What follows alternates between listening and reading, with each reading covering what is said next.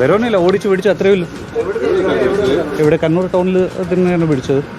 എല്ലാവരുടെയും കമ്പൈൻഡ് എഫേർട്ടായിരുന്നു, entire state പോലീസിൻ്റെ കമ്പൈൻഡ് എഫേർട്ടായിരുന്നു.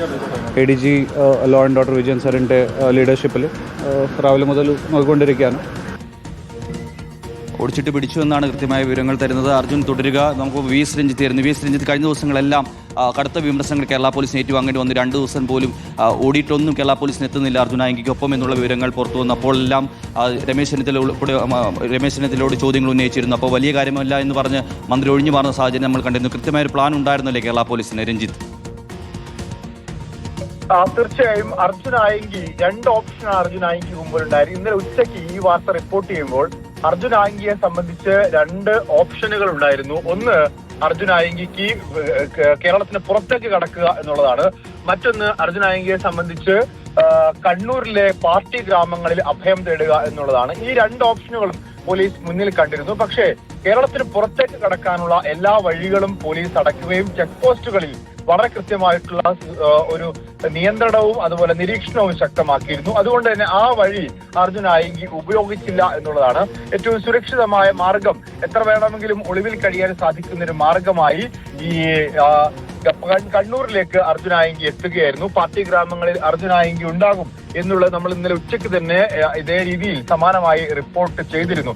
പക്ഷേ ഇന്നലെ ഉച്ചയ്ക്ക് ശേഷം പാർട്ടി അർജുൻ ആയങ്കിയെ തള്ളി രംഗത്ത് വരികയും അർജുൻ ആയങ്കിയെ പിടികൂടണം എന്ന് MV ജയരാജനും EP ജയരാജനും ഒക്കെ ഉൾപ്പെടെയുള്ള നേതാക്കന്മാർ പരസ്യമായി പ്രഖ്യാപിക്കുകയും പിണറായി വിജയൻ, പ്രതിപക്ഷ നേതാവ് പിണറായി വിജയനും അതേ രീതിയിൽ തന്നെ പ്രതികരിക്കുകയും ചെയ്തതോടുകൂടി ഒരു പക്ഷേ പാർട്ടിയുടെ പ്രാദേശിക ഘടകം അത്തരത്തിൽ ഒരു തരത്തിലുമുള്ള സുരക്ഷയോ സംരക്ഷണമോ കൊടുക്കില്ല എന്ന് തീരുമാനിക്കുകയും ചെയ്തിരിക്കുന്നു.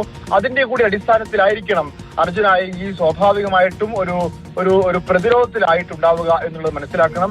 MV ജയരാജന്റെ പോസ്റ്റിന് മറുപടിയുമായി അർജുൻ ആയങ്കി വന്നിരുന്നു എന്നുള്ള കാര്യവും ശ്രദ്ധേയമാണ്. ഏതായാലും പാർട്ടി ഗ്രാമങ്ങളിൽ അഭയം കിട്ടിയില്ല. ഒരുപക്ഷെ അഭയം കിട്ടിയിട്ടും പിടികൊടുക്കാമെന്ന് അർജുൻ ആയങ്കി കരുതിയതാണോ എന്നറിയില്ല.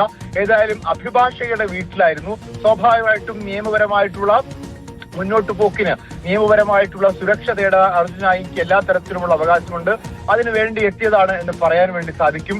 ഓടിച്ചിട്ട് പിടിച്ചു എന്ന് പോലീസ് പറയുമ്പോഴും അതിലൊരു വീട് വളഞ്ഞ് പിടിച്ചതാണോ, അല്ലെങ്കിൽ അർജുൻ ആയങ്കി അവിടുന്ന് രക്ഷപ്പെടാൻ ശ്രമിച്ചിരുന്നോ തുടങ്ങിയ കാര്യങ്ങളൊക്കെ അറിയേണ്ടതുണ്ട്. ഏതായാലും അർജുൻ ആയങ്കിയെ പോലീസ് പിടികൂടുന്നു.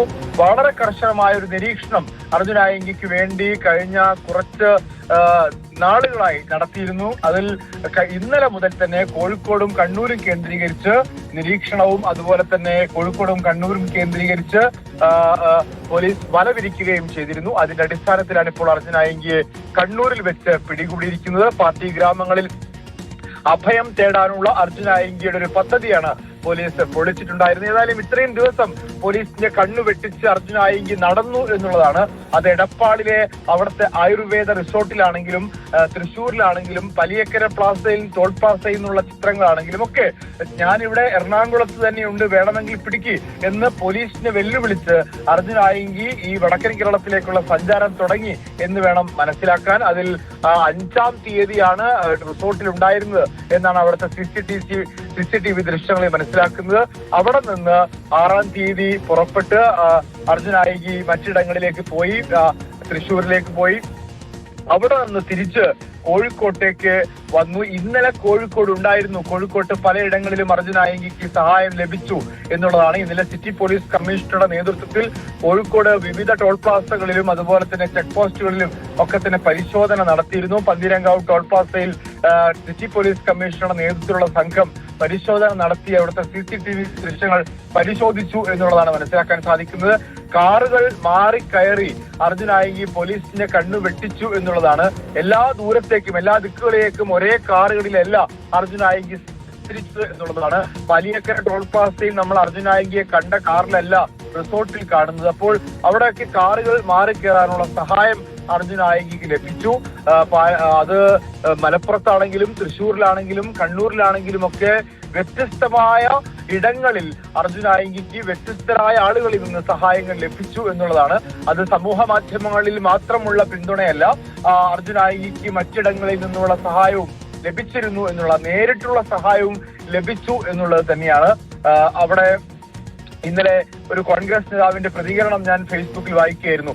CPM തള്ളിപ്പറഞ്ഞാലും ചില CPM-കാർ അർജുൻ ആയങ്കിയെ തള്ളിപ്പറയില്ല എന്നുള്ളത്. അത് ചില ഇടങ്ങളിൽ നമുക്കതിന്റെ വളരെ അർജുൻ ആയങ്കി കരുതിയതും അത് തന്നെയാണ്. പാർട്ടി ഗ്രാമങ്ങളിൽ എവിടെയെങ്കിലും തനിക്ക് അഭയം കിട്ടും, നേരത്തെ തന്റെ ബന്ധങ്ങൾ അറിയാവുന്ന ചിലർ തനിക്ക് സംരക്ഷണം നൽകും എന്ന് അർജുൻ ആയങ്കി കരുതിയിരുന്നു.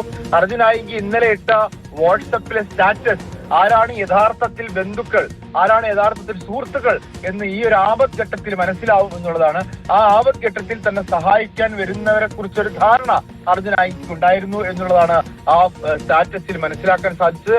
അതനുസരിച്ച് തന്നെയാണ് അർജുൻ ആയങ്കി കണ്ണൂരിലേക്ക് പുറപ്പെട്ടത് എന്നാണ് മനസ്സിലാക്കാൻ സാധിക്കുന്നത്. ഏതായാലും കണ്ണൂരിൽ വെച്ച് അർജുൻ ആയങ്കിയെ പൂട്ടാനുള്ള തീരുമാനം പോലീസിന്റെ ഈ നിഗമനത്തിന്റെ അടിസ്ഥാനത്തിലാണ്. അർജുൻ ആയങ്കി പോവാൻ സാധ്യതയുള്ള സ്ഥലങ്ങളൊക്കെ വലവിരിക്കുകയും അതിൽ പോലീസ് വളരെ കൃത്യമായി കണ്ണൂരിലെ പാർട്ടി ഗ്രാമങ്ങളെ സ്കെച്ച് ചെയ്തിരുന്നു എന്നുള്ളതാണ്. അങ്ങനെ ആ പാർട്ടി ഗ്രാമങ്ങളിലേക്ക് അർജുൻ ആയങ്കി എത്തുന്നു എന്ന് മനസ്സിലാക്കി അവിടെ കൃത്യമായി അർജുൻ ആയങ്കി എത്താനിടയുള്ള സ്ഥലങ്ങളൊക്കെ മാർക്ക് ചെയ്താണ് ഈ ഒരു അറസ്റ്റിലേക്ക്, കസ്റ്റഡിയിലേക്ക് പോലീസ് എത്തിയത് എന്നുള്ളതാണ്. വളരെ കൃത്യമായി ആഭ്യന്തരമന്ത്രി രമേശ് ചെന്നിത്തല സ്വാഭാവികമായിട്ടും നൽകിയ നിർദ്ദേശം അർജുൻ ആയങ്കിയെ 2-3 ദിവസത്തിനുള്ളിൽ പൂട്ടണം എന്നുള്ളതാണ്. ADGP വിജയൻ നേതൃത്വത്തിൽ അദ്ദേഹം നൽകിയ നിർദ്ദേശത്തിന്റെ അടിസ്ഥാനത്തിൽ SP-മാരും കമ്മീഷണർമാരും നേരിട്ടിറങ്ങി എന്നുള്ളതാണ്. DIG തന്നെ അർജുൻ ആയങ്കിയെ പിടിക്കാൻ നേരിട്ടെത്തി എന്ന് പറയുന്നതിന്റെ അർത്ഥം. അതായത് ഉന്നത പോലീസ് ഉദ്യോഗസ്ഥർക്ക് ഉറക്കമില്ലാത്ത രാത്രികളായിരുന്നു കഴിഞ്ഞ 1-2 ദിവസങ്ങളിൽ എന്നുള്ളത് ഉറപ്പാണ്. ആ ഉറക്കമില്ലാത്ത രാത്രികൾക്കൊടുവിൽ ആ രാത്രിയുടെ ഒരു യാമത്തിൽ തന്നെ അർജുൻ ആയങ്കിയെ പോലീസിന് പിടികൂടാൻ വേണ്ടി സാധിച്ചു എന്നുള്ളതും ശ്രദ്ധേയമാണ്.